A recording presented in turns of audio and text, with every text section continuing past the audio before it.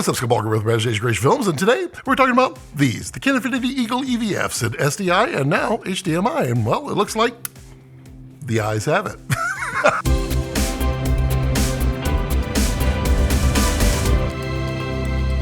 So before we get started, a little housekeeping. Kinefinity did send the HDMI and SDI versions of their Eagle EVFs over for me for review, but no money has changed hands, and Kinefinity has no say whatsoever in the review. So you can rest assured that you'll get the same old, fair, lovable, honest review as always. So if the thought of seeing yourself standing in sort of sun god robes on a pyramid with 1,000 naked women screaming and throwing little pickles at you makes you laugh, then, well, you've probably seen the movie Real Genius. It's a great movie. Totally stole that line. But subscribe? So these are the Eagle EVFs from Kinefinity. The SDI version has been out for several months now, and the new HDMI version, well, it just launched. And we'll cover the SDI version here in just a little bit, but basically the SDI version was released and people loved the EVF and said, where's the HDMI version? Well, it's right here. See? Let's dive into the specs first, and well, then a demo of the menu system, and then well, we'll talk about the whole EVF kit as a whole. Now, the Eagle HDMI EVF has a 0.71-inch micro LED 1080p display. It's an 8-bit panel with a 10-bit processing, and it has a massive 33-degree field of view through the eye cup. More on that later. It has a built-in diopter for -6 to +2 support, and a PPI of 3303, which is a seriously dense image. It consumes a tiny 3 watts of power and is silent because it has no fan, just like my channel. The HDMI unit has an HDMI output as well that will mirror the input HDMI. More on that later. It's very compact, at just a little over 2 inches by 2 inches and 4 inches long, and it weighs just 12 ounces. It has 4 usable assignable buttons and a dial to navigate the menu system. Now, there are numerous mounting options, and we'll go through those in just a bit. It supports 1080p up to 60 frames per second, and it does not support 4K input, so set your output at 2K. These start at $11.99 for just the EVF, $13.49 for the core kit, and $16.49 for the Pro kit. Now, there are quite a bit of very usable tools available in the EVF, but not every tool is there for the ultra-demanding op, and we'll dig into that in a little bit as well. Now, let's take a look in the EVF and see how it looks and functions. To get into the menu, press the menu button, and don't mind the screen bumping up and down. It's very hard to film in EVF. In Tools, you can see we have Focus Assist off and on, and our different settings are Sharpen and Peaking as well. So you get the color or you get that ultra sharpening. The color is typically preferred. And if you want to turn that on, you can see that there's the red for what's in color, and then if you turn it off, it's like that. Now we can do waveform, and waveform can be full, medium, large. I prefer the medium myself when I have it on. We will turn that off though, just for the moment. Histogram, you can of course turn that on, and you have histogram settings as to what type you would like, Luma, or you can have RGB. Well, I personally prefer the Luma, and of course you have some sizes as well. Get the large and medium. We'll turn that off. And Zebra, you can turn that on and set your threshold to whatever you'd like. That's what she said. I'm not a big fan of Zebra, so it goes turned off. Now, false color. It does work. It is only on or off, and it doesn't appear as though it's designed to work with log footage. It looks like it's designed to work with Rec. 709 footage. So as you can see here, this is currently log footage. I'm going to switch it real quick, and now you can see where it's actually doing a pretty good job. And if we were to go out and turn on the waveform, you can see where everything is peaking with SDR, and that red is actually blown out on my image as well. Let's just turn it back down, and as it comes back, you can see there's lots of dynamic range there. So you need to keep that in mind. You can't actually adjust that at all. It is either on or off. Now zoom, you can turn that on and off, and you can assign a value, I think of 300, 250, yep, and 200, and that's about it. Honestly, I go for broke. If I'm gonna go zoom, I'm gonna zoom in. Let's back out of that, go down to guidelines, and you can set up some frame lines. Turn it on, and you can set up which kind you'd like, what color you'd like it, and how thick you want it. That's what she said. That's quite nice, actually. That's what she said. You know, having the fit of the percentage is quite nice because you can frame it in there. Let's do a 16:9. Hey, look, it magically fits. Oddly enough, go figure. We'll back out, and we'll turn off the frame lines, and you can put a center mark as well. You have the cross, big cross, a dot, big dot, and you can change the color and the line width as well. We're not going to go through that, but we are going to turn that back off. Under image. So we have brightness. So this is the brightness of the actual OLED itself. So you can dim it down, brighten it up if I'm going the opposite direction, or turn it down. That doesn't have any effect on anything except for the EVF image itself. And you can do a flip. Ta-da! It's flipped. Yay! So if your eyeballs are on upside down, you can use this too. Or if your viewfinder is upside down, you know, whatever makes you happy. We're not here to judge. So on anamorphic, they do have a lot of de-squeezes. I'll just go through them all. Go back this way. Pretty much all of them except for 1/6. I don't have that one. You can have them all, and then you can turn it on in your EVF. So a lot of that is solved for those of us that don't have that ability in some. Now, under settings, there's a tally light on here that will light up. It's basically their logo on the front. You can have it be a record tally, which is a little green LED on top. And then user buttons. So user buttons here, we can set, there are 2 on the side and 1 on the top. And then of course you get the knob. But the way these are set up from the factory, and they're not bad this way, focus assist, false color, and waveforms. I do like to have a nice zoom in there, and I would put that right there under 3. You can do record if your device, like a Nikon, allows record through HDMI. You can do that through there. So, you know, if you're out of this, we'll just get all the way out, and you just hit the 3, boom, waveform goes away. There's your false color, and there's your peaking. And now 3, boop, bops in, boops not included. And now we go back in, their settings. Last things we can do here, we can do a firmware update or factory reset, change the language, or change the display off. And there's your overlay clear if you want to have just a clean overlay, which would be turn off all your functions. And then down the about section just shows you your firmware, your number of hours, and that kind of thing. So that is the menu system in a nutshell. Pretty straightforward. So that's the menu system, fairly straightforward. I'll talk about what's missing here in just a moment. But what I first want to talk about is, well, the eye relief and the viewability of this EVF. This EVF's eye relief rocks. Eye relief is the diameter of the optical hole. Think of it as when you were in school and you looked through either a microscope or a telescope, and the higher the magnification you went, the smaller the hole you could look through. And so you'd end up having to line up just kind of perfectly with your eye just to see everything. And well, if you move too much, the entire image was gone. To understand, make a small circle with your fingers. Got you. Sorry, that was taking me back to junior high. Now, take that small circle and stick it out at about arm's length, and well, try to look at your screen, only looking through the circle.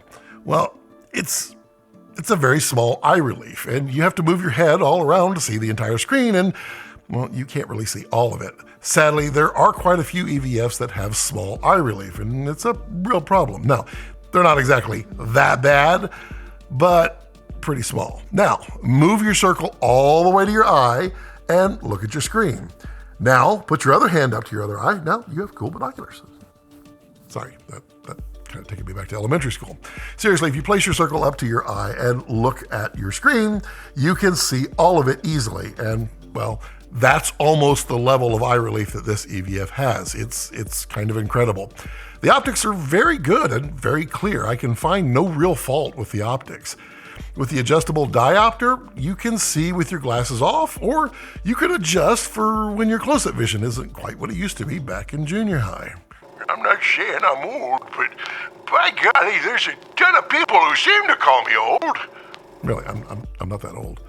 Now, the mounting options are many. The core kits come with short 10-inch cables, their mini mount, which is right here, and a bracket adapter, which we'll talk about later. A 1/4-20 rosette that can be swapped out on the EVF itself, and a battery plate for Sony MPF style batteries. Now, the Pro Kit includes the same as the core with 20-inch long cables. It includes a hand grip, a NATO rail, batteries, and a charger. There's also a 15mm rod mount as well on the SDI version here, mounted to the Komodo X. Now, to mount the EVF with the mini mount, it's best to secure it to, say, a cage. With a single screw and an indexing pin, it will lock into place, and, well, then you can just freely rotate the EVF as you need. Now, the EVF mounts with a quick release right here, so it just comes off very easily, and you can put it right back on and plug it in. Now, the little bracket is, well, it's a bit confusing at first, and it was intended to mount their mini mount to the NATO top handle of some cameras or their top handle, but you can also mount this bracket on the back of the EVF. And then you could use a small Noga arm or a Titan arm to rig the EVF on any cameras that don't have cages or anything like that. Now, I happen to use it, putting it on a little adapter here, and now I've got it mounted just like so, and it comes right off. You mount it right to the top of basically any camera. And it's, so lightweight, doesn't even care. Now, power on the HDMI is via USB-C, so you can power from their battery mount, shown right here. Some cameras will actually send power out of their USB-C, so you can power it using that, or you can use something like the Core Power Edge snaps with PD Pro. That's right there. Now, USB-C isn't a locking connection, but it does have kind of an indentation so that it kind of locks in and it keeps it from popping out. But with the Power Edge snaps, it has PD Pro on one end, so you'll have some peace of mind with a locking connection. Now, let's be honest. HDMI is a prosumer connection and is found on many prosumer and some professional cameras. To have the most compatibility, Kinefinity needed a power standard that's also universal and or found on prosumer type cameras. So USB-C is it. It's reasonable and, well, it's easy. Now, word of note, Kinefinity states that power and HDMI must be connected to all devices before powering on the EVF. Never pull or connect an HDMI plug from a powered-on EVF. Kind of following the same SDI protocols here. Now, let's talk about functionality. The EVF is compact and efficient. It's quiet, there's no fan, it has really good optics, and, well, these are really important traits for an EVF. Inside, the OLED display is excellent and clear. Color is reasonable, but sadly, there's no way to calibrate it, so you're stuck with reasonable. The tools are pretty good and usable, with the false color being something I use often, but it's the least flexible, only working really with Rec. 709 footage. And sadly, no ability to load a LUT, so you'll have to monitor what comes out of your camera, and more specifically, what your camera can send out via HDMI. So if you're monitoring log, you need to adjust everything in your brain to compensate because, well, the waveform and histograms, they're going to be showing log. And speaking of waveform and histograms, they work quite nicely and are quite usable. The focus tools are solid and just what you would expect. Zebra works fine if you like Zebra. The ability to add frame guides and center markers is quite nice, and the ability to adjust those to your personal liking, making them thin or thick or different colors, That's really nice. The 200 to 300% zoom is perfect for nailing focus, especially if you are like me. The D-squeeze on this is actually quite nice, as there's a ton of anamorphic lenses out now for hybrid and mirrorless cameras, and the cameras themselves don't have a D-squeeze internal to it, so this allows you to monitor with the appropriate D-squeeze. The ability to map buttons on the front and the sides for all the tools that you would like, well, that's great. Just quick and easy tapping for the tools. The record button is okay if your camera supports it. My Nikon's did not. I don't particularly want to reach with my left hand to hit record on the EVF, so it's no loss. For me, my left hand is usually on my lens, pulling focus, or in this case, zoom. Now, there are a few tools that the EVF is lacking, and not sure that they will come in the future either. The false color is very limited. There are no audio monitors, and you can't load LUTs into the EVF, and I'm told that due to a hardware limitation, LUTs can't be added via firmware either. Also, the inability to send out the EVF with the loop, showing what the EVF is showing, the tools, etc., that isn't possible either. It's not a huge issue for most, but for a few, it will be one of those, well, gee. Now, to me, the greatest gift an EVF can give you is a clean and effortless view of the image. The late, great Mark Toya gave me a tip that has greatly improved my B-roll filming. He says, just pop in your earbuds, put on some music appropriate for what you're filming, and then lock into your EVF and just make sure that the world disappears. It's so true how well this works. When you have a clean, clear, wide view of the display, your brain just absorbs into the image effortlessly, and you can get some incredible B-roll. Now, here is the Eagle SDI EVF. It's mounted on the Komodo X, and the main differences are the locking SDI and LEMO connections. And the SDI does not have a pass-through option either. Other than that, the tool set is the same as the EVF optics and panel. So what are the pros and cons? Pros, very good optics. And well, the eye relief it's really nice, and it has a solid OLED display. It's a small and very compact and lightweight, easy to use EVF at a pretty respectable price. It has a good practical tool set in the EVF. It's not going to win the most tools award, but it has the core functions that most people are going to want. Now, the cons. The false color tool. You're unable to modify it in any way, so you have no way of gauging it if you're not sending Rec 709 to it, other than really resetting your brain. Unable to load LUTs, and well, the inability to calibrate the color of the EVF is something to consider for some. So what do you think about these two?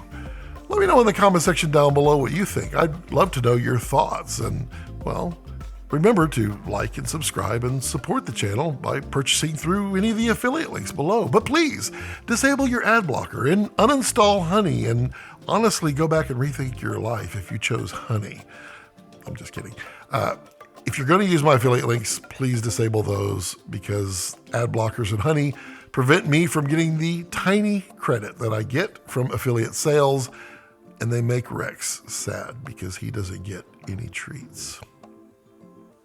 Also, you can really stand out and become a channel member as well. It allows you to be part of the cool kids club like these top tier members. And as always, as I like to leave it, don't let your passions center around your life. Let your life center around your passions.